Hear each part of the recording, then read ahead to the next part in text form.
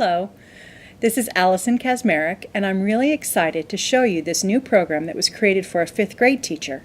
The program is for the 5ESS3 Earth and Human Activity Learning Objective, where I combine Minecraft, videos, and classroom-based learning activities along with the teacher's personal goals. Throughout this overview video, I will be moving between what I would say as a teacher to a class, along with presenting variations on what your school might do. Depending on the time allotted in the class, meaning whether the program is a more elaborate flipped classroom style program or just an inserted topic into a more standard 40 or 80-minute day class, we're going to start this unit by looking at what communities across America call single stream recycling, with the aim at getting to zero waste, which is the main goal to building a sustainable world.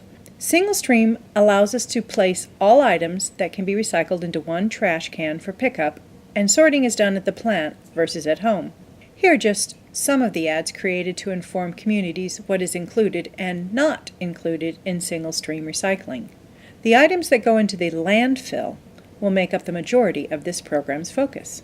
Recycling is one aspect of our society moving towards being sustainable, or some refer to it as the green future. When talking to the class, look at the photography by Edward Burdinsky or watch any of his TED Talk videos to begin the conversation of why recycle. We start looking at the collective appetite for our lifestyles and what we're doing to that landscape. That, to me, is something that is a very sobering moment for me to contemplate. And through my photographs, I'm hoping to be able to engage the audiences of my work and to come up to it and not immediately be rejected by the image. Not to say, oh my God, what is it? But to be challenged by it. At this point, the class could branch off and look at topics like tailings. Tailings, also called mine dumps, are the materials left over after the process of separating the valuable fraction from the uneconomic fraction of an ore. Tailings are distinct from overburden, which is the waste rock or the other material that overlies an ore or mineral body and is displaced during mining without being processed. The amount of tailings can be large, ranging from 90 to 98 for some copper ores, to 20 to 50% for other less valuable minerals. Another place to explore with the classroom is ocean pollution. Diana Cohen's Plastic Pollution Coalition and Charles Moore's Sea of Plastic TED Talks quickly demonstrate how bottle caps that are not recycled under the bottle bills travel through our oceans, creating the gyres, up to 11 now. After 10 years, a lot of the Japanese caps are in what we call the Eastern Garbage Patch, while ours litter the Philippines.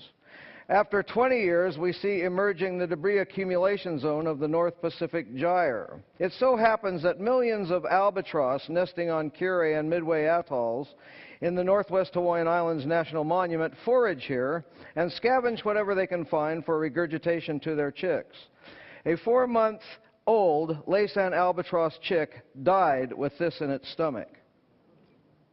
Hundreds of thousands of the goose-sized chicks are dying, with stomachs full of bottle caps and other rubbish, like cigarette lighters. But mostly bottle caps. Sadly, their parents mistake bottle caps for food, tossing about in the ocean surface. Another topic is the zero-waste lifestyle that focuses on voluntary simplicity to allow time in your life for what matters most. A life based on experiences instead of things.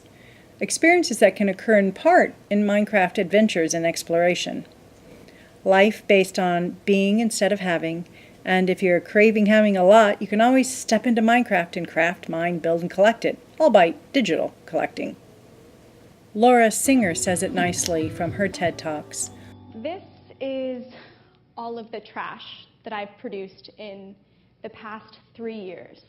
It's the best way I know how to live a life that aligns with everything that I believe in. And what's the point, right? I'm just one person. What difference can I make? The point is simple. I want to be remembered for the things that I did while I was on this planet, and not for the trash that I left behind. To get this conversation going with the students, you could ask what kinds of trash you create every day, or what things do you use daily that are made of plastic. Part of the zero-waste lifestyle is making of your own products, so you're not buying plastic containers that have mouthwash, deodorant. And there are a variety of do-it-yourself videos that that could help with in-classroom projects that allow the kids to create their own toothpaste and mouthwash and soap. Another aspect to recycling is the idea of composting. And Michael McGrath talks about tree leaves and the importance of tree leaves, which is very insightful to bug repellent for plants and the growing season. There are a variety of YouTube channels that talk about composting. If you had an idea or were looking for different solutions that might fit into your garden patch if you have one at the school, or if you're doing an indoor one, how to go about doing that as well. Composting includes the red worm composting process. Could be a hands-on project whereby the kids could create the composters and try recycling their lunch trash if the school allows. The black soldier fly larva is also a very interesting composting project in that the larvae actually eat meat. It was interesting to find out that worm poop is the most important plant food known to man. Who knew? The engineering of the worm composter could also be a project that is easily accomplished within a classroom setting with minimal tools and includes math, engineering, the science of moving animals. So it could be very interesting. Depending on how far or long you have to explore different aspects of our society going green, a close look at architectural trends, like this building in the Netherlands, could be a nice jump-off to encourage a building or land use competition, which could naturally be done in Minecraft. There are resources online to be drawn upon to provide a foundation from which your class could interact with, without having to construct the maps yourself. Here are just a few. In fact, there are servers where they are doing large builds and encourage others to come in and add their touch to the city. City building from the ground up, a perfect opportunity to explore different concepts surrounding sustainable architecture. When looking at this topic in the real world, China is a prime example, as they have moved whole cities in order to flood them and make reservoirs. So they are in the process of recreating their cities from the ground up. The Three Gorges Dam, and this is the largest dam by 50% ever attempted by man. Actually filled with water a year and a half ago. They were able to measure a wobble within the earth as it was spinning. It took 15 days to fill it. So this is a massive, it created a reservoir 600 kilometers long, one of the largest reservoirs ever created. 13 full-size cities up out of the reservoir and flattening all the buildings so they could make way for the ships. To build off all of these ideas and images and topics, you could show or assign the class the movie WALL-E, which explores the what if we don't stop polluting Earth and continue to become more obese due to microgravity and rely on our automated lifestyle demonstrated by the Axiom's passengers. Or explore the book The World Without Us by Alan Weisman, which looks at what would happen to the environment if humans suddenly disappeared, with failing power plants, chemical plants, dams, and petroleum tanks. Edward Pertinsky's Densified Oil Drums No. 4 sure looks a lot like WALL-E, don't you think? To the end of the recycling and mainly plastic discussion, providing students with the knowledge that recycling is not simple, but through new technologies and science, it's becoming more and more possible to reuse end-of-life stuff, as explained by Michael Biddle, leaves the group with a sense of hope as long as we all participate in the process. But actually, plastics are several times more valuable than steel. And there's more plastics produced and consumed around the world on a volume basis every year than steel.